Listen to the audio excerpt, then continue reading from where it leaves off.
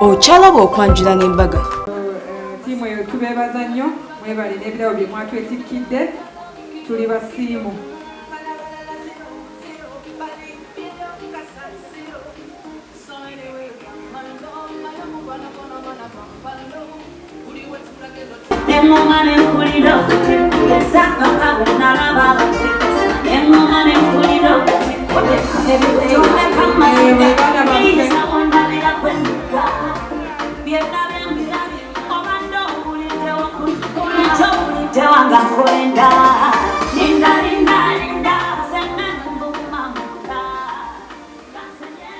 Toyanzizza DJ amatu gali waffe eno era manyi taata ne mama bajja kuwulira obugambo obwo obuva eri mmwe weewaawo.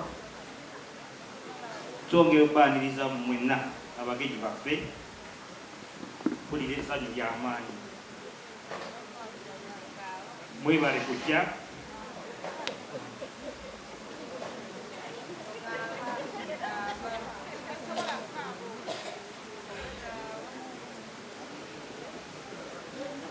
munasonyiwa ssanyu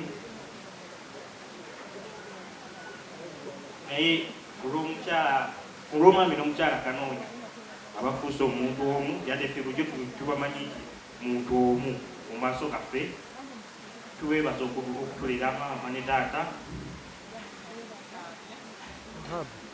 n'omwami Kanoonya Peter, tukwebaza tumendalereka.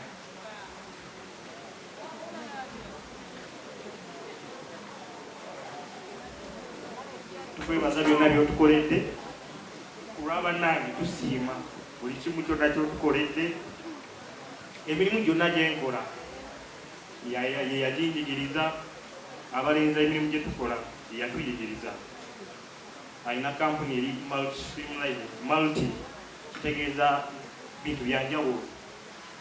Ekirooto kyange kyali kyakola amasannyalaze gokka, naye bwe namutuukira n'aŋŋamba omusajja abeera n'emirimu egy'enjawulo. Omusajja tayimirira ku mulimu gumu, okuba olwo n'ejiga kamera, alamu, amasannyalaze n'engongerako.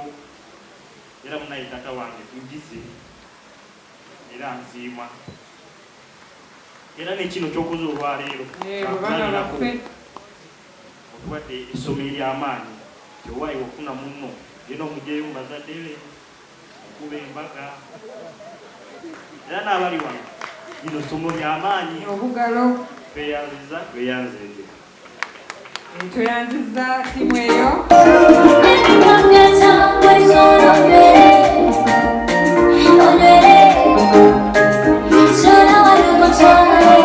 Eno nange nesunga kati mungalinda nsunula ku ssaawa ndaba tetuuka. Omusango gwansinga singa mmanyi okubuuka, singa nalinnya singa natuuseeyo. Tugumanyidde wiiki ng'emu n'ennaku ezigwamu naye nga si bbanga ddene. So byonna bijja kuba bya mangu naye nga ekisookera ddala twebaza Mukama Katonda nannyini buyinza okuba ng'asobozesezza embeera eno okufaanana bweti. Ekitiibwa kyonna kiddira ye. Ekikuddako kuyozaayoza omukulu Pike okuba nti atuuse ku lunaku luno. Pike mulabidde ebbanga ddene okuva lwe namulaba mbadde nzija njogera nnyo ku mukolo ogufaanagana bwe guti. Pike naye kiki nga tolinayo wali otuyiseeko Pike kiki. Naye wiiki nga bbiri emabega teziwera yaŋŋamba nina embaga kadiyo nagitadde ku ssimu neŋŋamba Pike abadde ki. Nali manye oba obaye ebyaffe ebyabasiraamu bizibuzibu naye nankakasa nti munnange gwe mmaze naye ebbanga eddene ngenda kuba mutwala mu butongole n'okumwebaza ebbanga lyonna lyankuumye naki.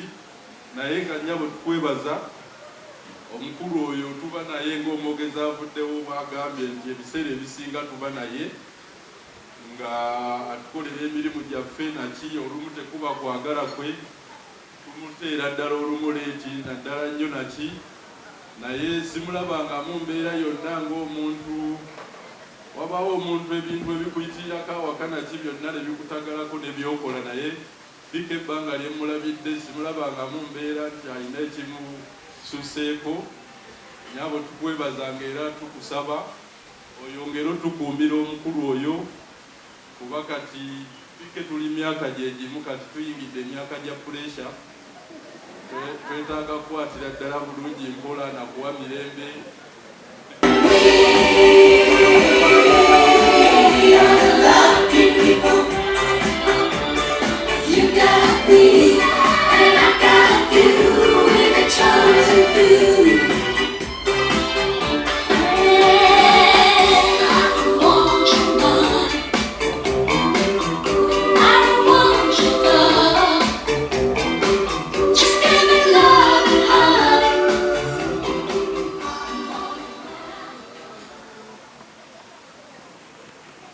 abagenyi baffe ab'olwaleero abagenyi baffe abakulu abakawungezi ka leero obugambo bwange bujja kubeera okusingira ddala bwakwebaza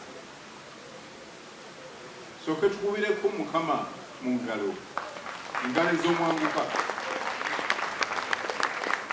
Mukama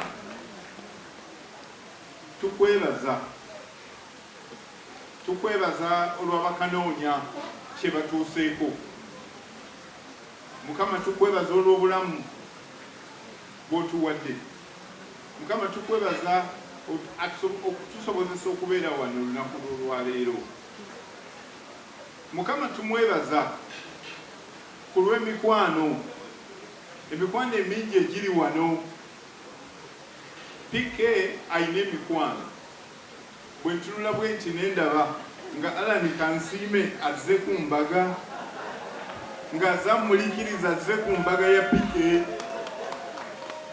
nga mukyala Josephine Tamale azze ku mbaga ya Pike tukyebaliza Mukama tumukubireko mu ngalo Mukama yebale tuwa ssanyu Mukama tuwadde ssanyu bakanoonya mutuwadde ssanyu akawungezi ka leero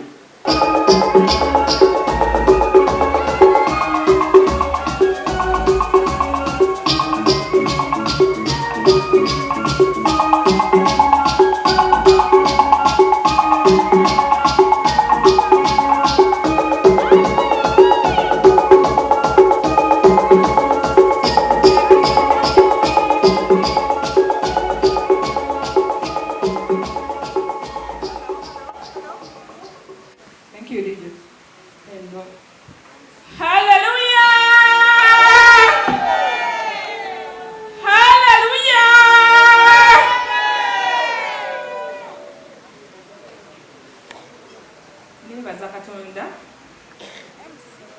olw'akawungezi ka leero bane benkuba aleluya eyo lwasanyudde leero fenga abeegayizibwa okuba aleluya eyo na buno obujjiramu nga bujja bwegiraja bwebuti obujja busoomooza bwonna budduka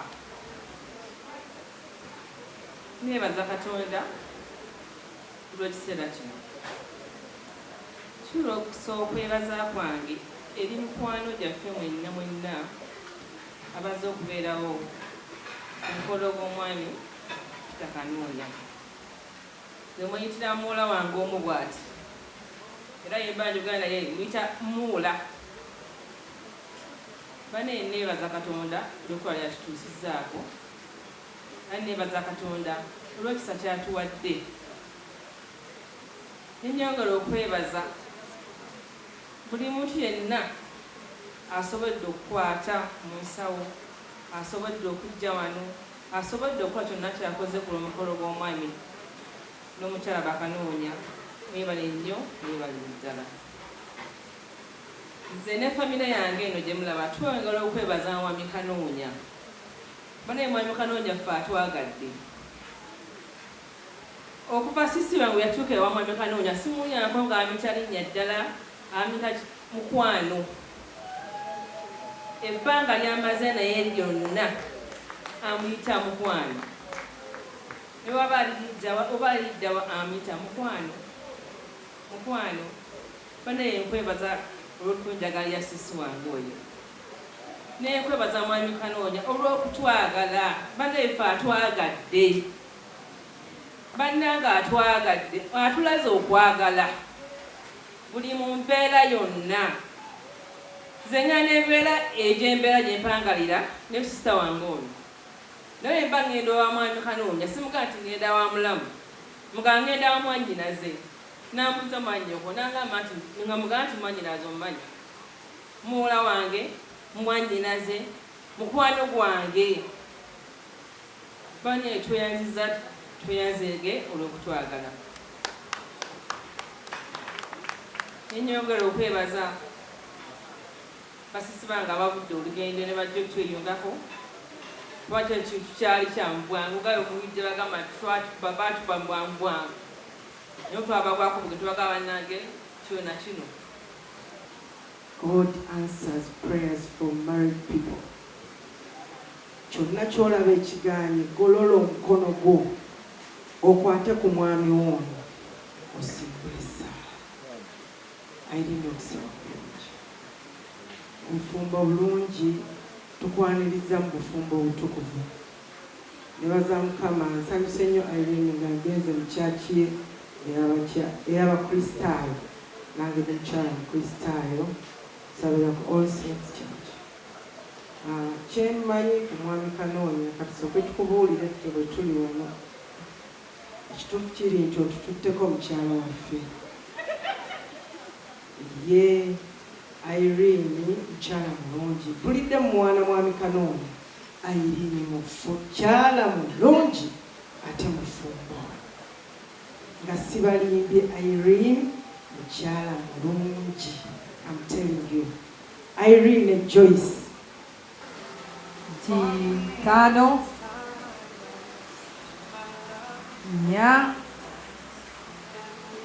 3 2 1 0 obugalo bannange obugalo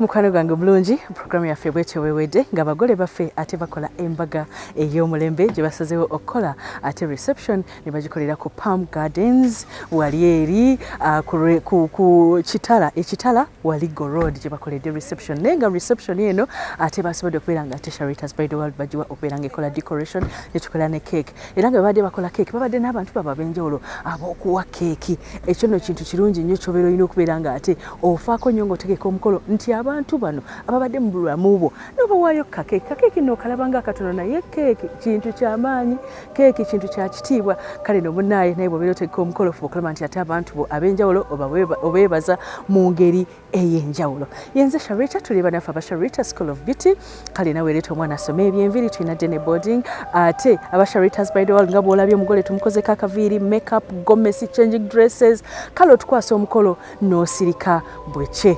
Kwagala nnyo omukwano Mukama Katonda akunkumire. Bye bye.